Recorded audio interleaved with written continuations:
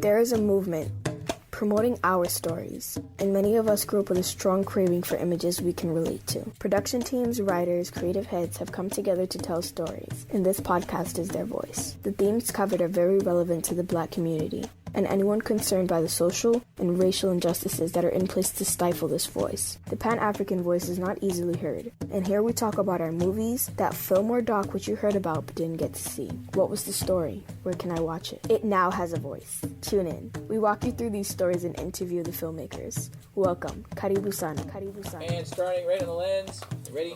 And action.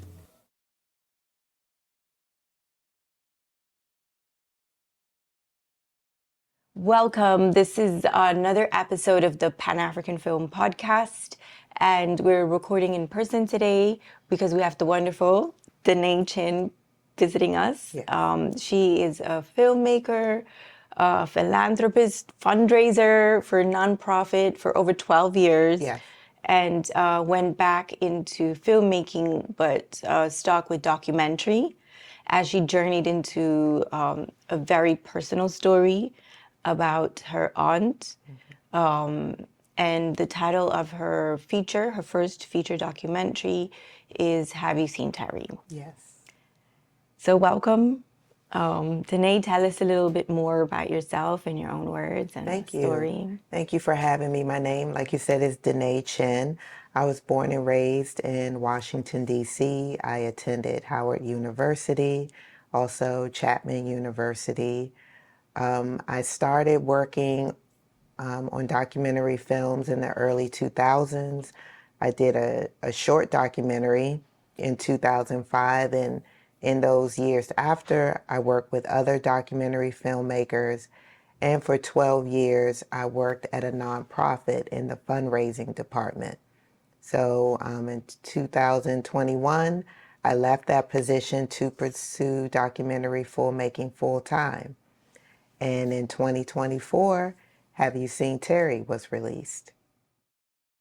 And I just have to ask, like, is documentary like a calling for you? Like, is that just the genre you want to do? Is there like a Yes. reason? Or In school, we had to do, we had to work in groups, do some solo things, and it was mainly narratives. And I remember working on it like, I don't like working with actors, that I did not feel like that was my calling. I did it, but I wasn't as comfortable as I was when I got to do my first documentary. While I was still in graduate school, I produced and directed a short documentary on DC statehood and voting rights. And I was like, this is what I want to do. This is where I most feel, I feel most comfortable and creative working on documentary stories. okay. And what was the main difference for you? Was it just the actors, or? I think it was the actors, because for the documentary, when I'm interviewing someone, it's not something that they've memorized. It's not a character. It's who they are, hopefully giving the truth or giving facts. And I found that when I was in school working with actors, I didn't feel like I was getting what I wanted. Now, granted, I was in school. These are not, A-listers. seasoned actors, right? So, and I probably wasn't the best at giving direction. So I just felt like, okay, I think I want to stick with documentaries. Okay, that's interesting. Tell us a little bit about this quest and what was like the motivation behind the quest, for you to search and find your aunt. So my Aunt Teri is my father's, one of his younger sisters. But the idea came because my mother would just periodically say, has anyone seen Teri? Has anyone heard from Teri? This would be years and years. And the answer was always no. And I didn't think about it anymore. It was just no. It was just, that's a family member nobody sees or talks to.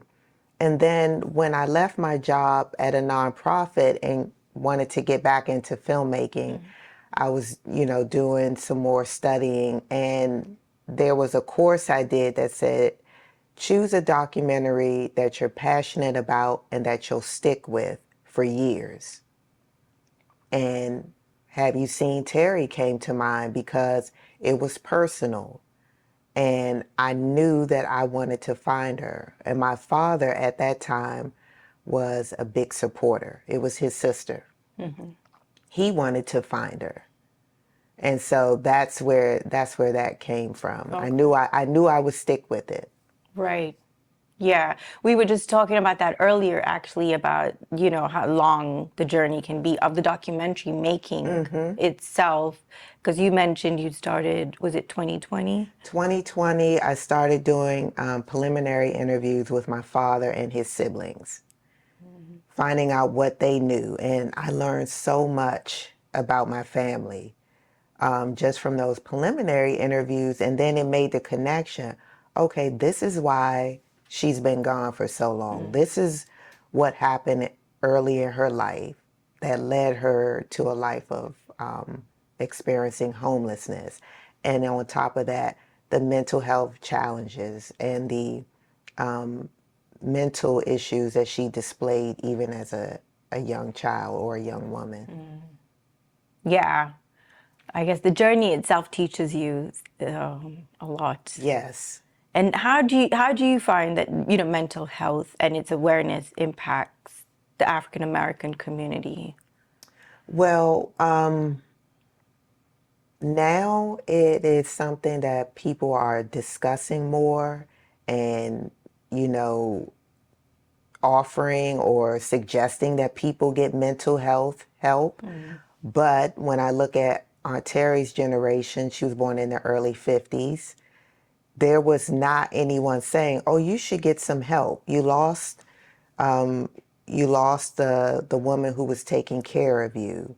You should probably speak to someone about how that's made you feel. Now you're without the woman who you thought was your birth mother. She's passed away, and your birth parents are not in your life. What do you do with that?" There was also, I learned she was struggling with her sexual preference. Wasn't fully comfortable talking about that. So she was holding all those things in, and mental health wasn't talked about a lot within my family. And I'm sure a lot of other people can relate to that too. In the Black family, it just wasn't talked about. You dealt with it or you didn't talk about it. Yeah. And I felt like she, held all that in, and, that led to, and also adding to all those traumatic events in college, she was assaulted. Didn't want to talk about it. So all of that is bottling up in her, and she wasn't getting treatment, and she couldn't be forced to get treatment. Yes. And so, now people are understanding the importance of just having someone to talk to, and that mental health is as important as your physical health. Right.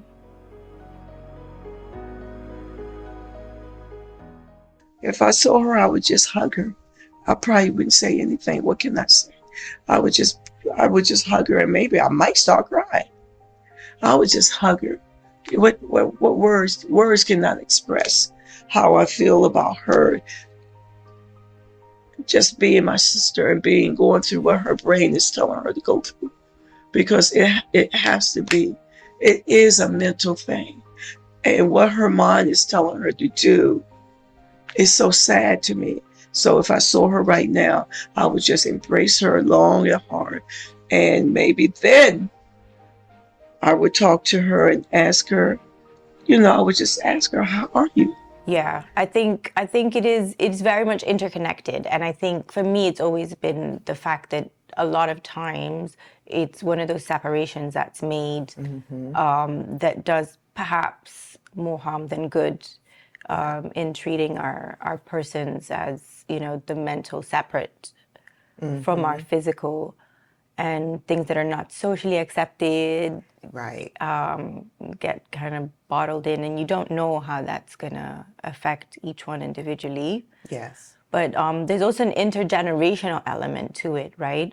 So what was the experience for you and your family in terms of uncovering the impact?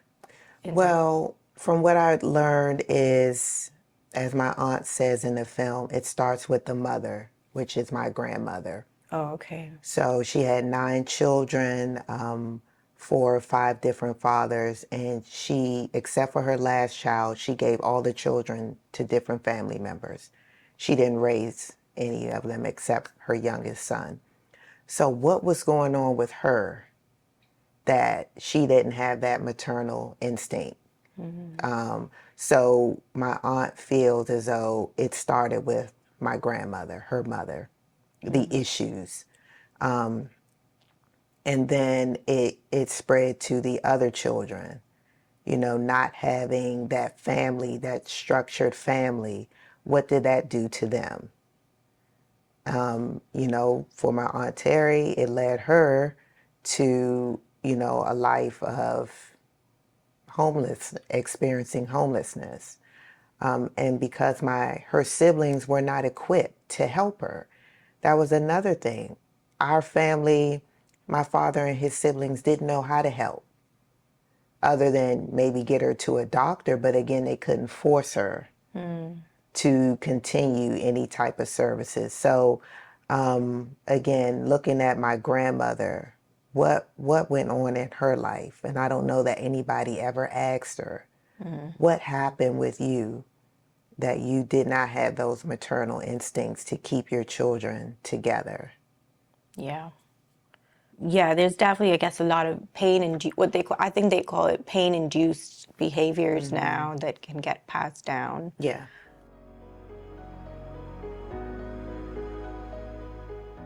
So social isolation is a big deal. People tend to either choose to isolate because it's easier, you know, to not have to constantly explain what it is they're experiencing and why they're presenting the way that they are, or they're isolated because other people isolated them, right? They don't want to be involved, interact, etc. So this kind of just sets the stage for a lot of life challenges.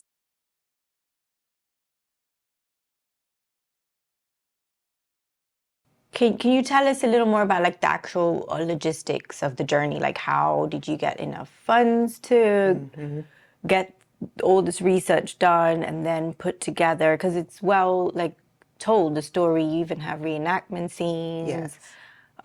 So can you speak to the budget or like how? Sure. And that's a big thing for documentaries. Yeah. That can hold up documentaries for years, of funding. I was fortunate enough to work with another filmmaker. I helped him on his film. He helped me on mine. I also got 2 grants from the Maryland State Art Council, so that also helped. And then personal funding. And also just getting favors, you know, from people who may not have charged me as much as they would charge someone else. Or, like I said, the other filmmaker, you know, he would help me and I would help him, and there would not be, you know, a heavy cost or any cost. So I was fortunate enough, even the actress who did the reenactment, I was like, well, how much are you going to charge me? And she said, pay me what you want. Like those type of things just kept happening that enabled me to get this film done. Wow. Yeah, blessings on blessings, it sounds like. Definitely. But I think a lot of people underestimate the power of looking local for grants, just tapping into your resources, whether it's literally bartering your skill set, right? Right. Whatever it might Right. take. And even the one time where I did have to shoot on my own, it was my iPhone and some mics and a tripod that we bought off Amazon. So it's one of those things where you want to get it done and you just figure out a way to make it happen. Yeah, I think the impact of the story with documentaries, especially because it's a lot more real and authentic. Like you said, there's no script. Yeah. Is more to do with the story than the setup, right? If you're gonna do Right. like something that's made up, then you want to People are get. looking for that high production value. Yeah, Yeah. they want to be transported into the imaginary in a way. But with Right. documentaries, like let's keep it real. This is actually happening, almost journalistic, right? Yes. Yes. So I guess you can. I mean, just look at the Blair Witch Project. Do you remember that one? Yes. Which That scared broke. me. Yeah. Yeah, broke a lot of preconceptions on the fact that you need a lot of money Right. to, Right. and with the technology that's available now, that so it was well made. I really recommend it. Is there somewhere like people can watch it? I just want to reach out. Like, Yes. is there Well, somewhere that you're? if you go to my website, Matthew633media.com, you can sign up and you will receive a link to watch the Oh, film. okay. So Matthew633media.com. Okay, Matthew633media.com. Yes. Okay, great. Yeah, because we were saying earlier, it's more like an awareness piece, right? Right. Right. And so the distribution is more intended for like, are you looking at just spreading it in the community or like educational value? Both. Okay. So, like I've entered it into some film festivals, like it was shown in Miami, it was shown in Georgia, and a few other, Illinois, and a few other film festivals. So, my hope is to get it out. Like I've shown it at a church and would be open to showing it at other churches and schools, because while it is personal, my main goal was to make people aware of what's happening within families. And then a lot of people who have seen the film can relate to it.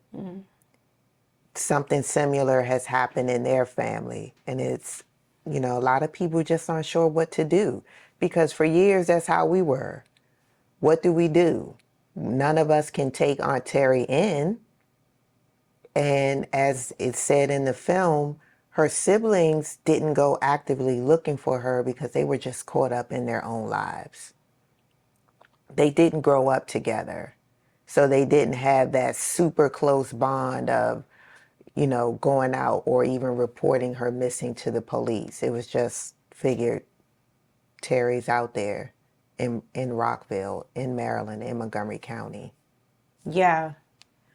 Yeah, and like you said, I think it steers in all of us something relatable and beyond even the African American community. Like I said, this show is more like Pan-African.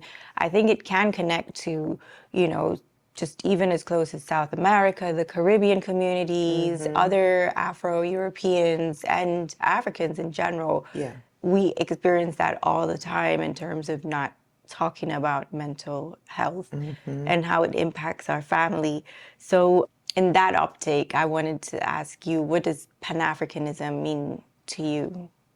And that is funny you asked me that, because I was like, I've heard that term, but Yeah. what exactly does it mean? And so I looked it up, and just thinking about it, is how we all connect, even shared experiences.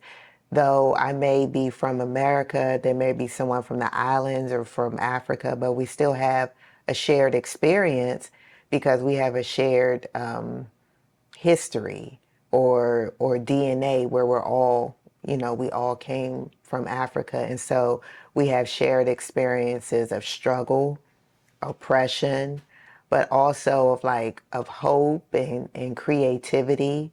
So we can share those things and come together and hopefully work together. And I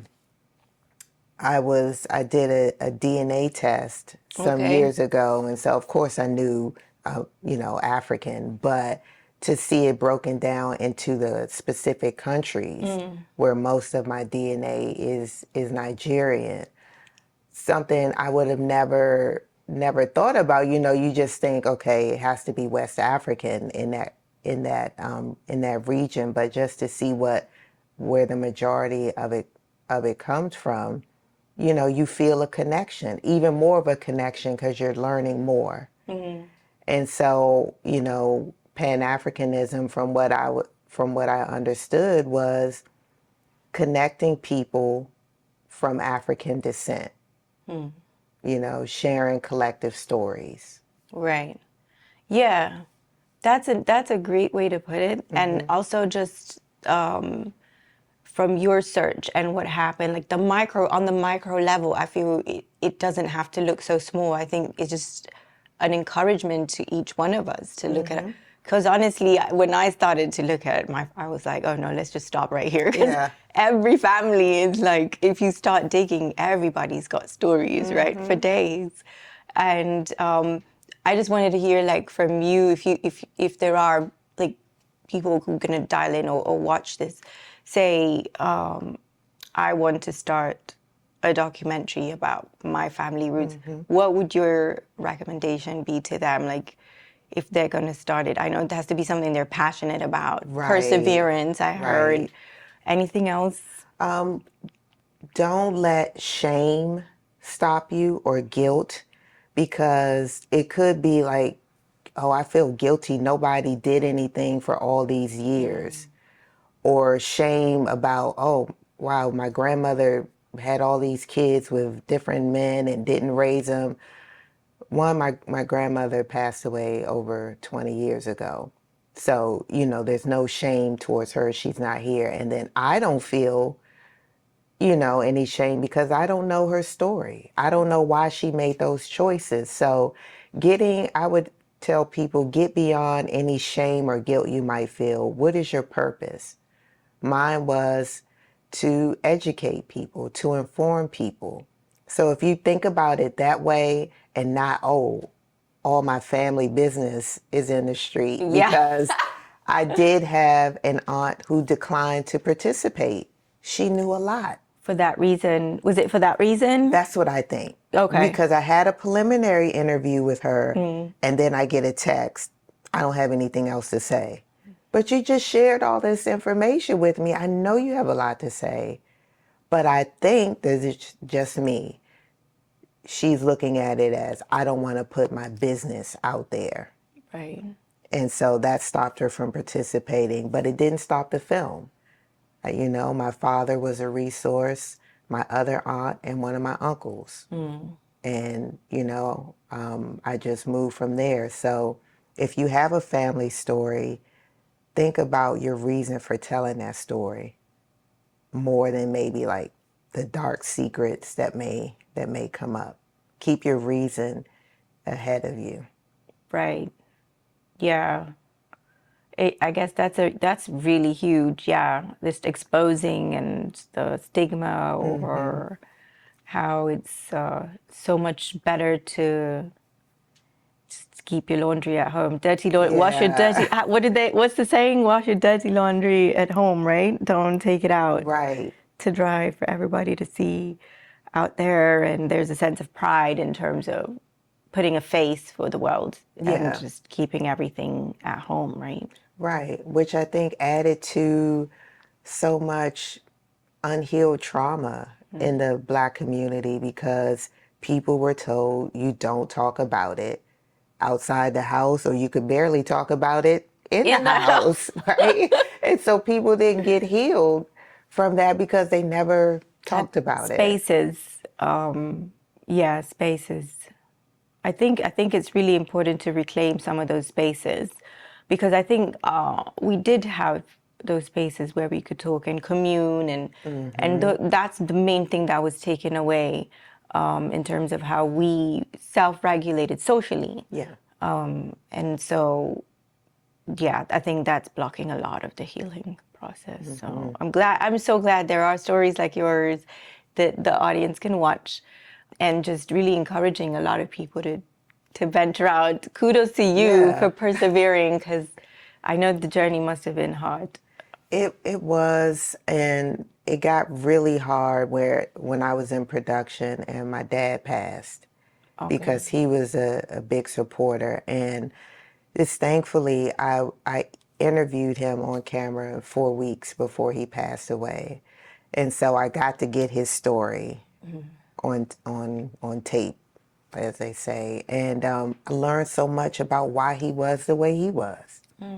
His childhood shaped the man he became. And so, after he passed, there was a time where I didn't do much. But it also made me even more determined to find my aunt and to finish this film. I see. Yeah. Yeah. Loss will either stop you or propel fuel you. you. Right. Yes, Right. for sure. But I also feel like in a way it's kind of like it lifts a veil. Like you can see things clearer. Like, okay, I got to do this, right? Yes. Before, or just things just look more defined. We have to understand, especially in our communities, that it is okay to talk about what's going on with us. Many of us grew up being told what happens in the family stays in the family. What happens to you, you hold it in, you keep it in. You don't need to tell nobody what happened to you. So unfortunately, that's what generations have been told, and so that's what we've been told. But now we can tell a different story. It is okay to talk to people, and as all of us know, we hear more of the celebrities talking about counseling and how important it is to get counseling. That is part of that whole plan to help people know that it's okay not to be okay. And so I'm so glad you brought, Have You Seen Teri to a conclusion and that it's available now. Is there anything else that you're working on or anything new you want to share with the audience? Well, I'm in research for a new documentary. I have some ideas, but they're going to be around Black history, Black people, possibly a biography or history. One of the things I learned too, define your audience. Your films are not for everyone. And so I see my audience primarily, not saying only, but Black people, Black women, people who love history. So, and that could be of any race or any ethnicity. Those are my passions, telling stories that don't get a huge platform, sharing historical events or places or people that not a lot of people know about, but they should know about. Right. And why do you think that, historical or research-based kind of stories don't get that exposure or that they're not as popular? Maybe they don't have that flashiness, Yeah. that wow. Even, when I heard about Black Wall Street, I know I didn't learn that in school. I loved history in school. Why, how did that get skipped over? So who is choosing what gets to go in the history books? So, and I just think that, some stories just get passed over. They're forgotten about, or they just don't have that wow factor that maybe some film producers are looking for. But I'm finding that there are stories that need to be told. Yes. And Have You Seen Teri is one of them. I can see how that was just something that you had heard at the back of your mind growing up. Yes. And you decided to bring it to the floor. Act on that. And Yeah. actually, do something about it and find her. But yeah, it was very inspiring. I really recommend it to everybody. And thank you for telling us more about your process. Thank you. And in thank making you for it. having me. Do you want to share anything else about social media platforms? Yes. I know your production company is It's called 633 Media. 633 Media. Yes. You can find me on Instagram, 633_media. Right. On Facebook, it's Have You Seen Teri? That's the name of the Facebook page. And then YouTube, Matthew 633 Media. Okay. YouTube is Matthew 633 Media. Yes. Thanks again. Thank you for And having love you me. too.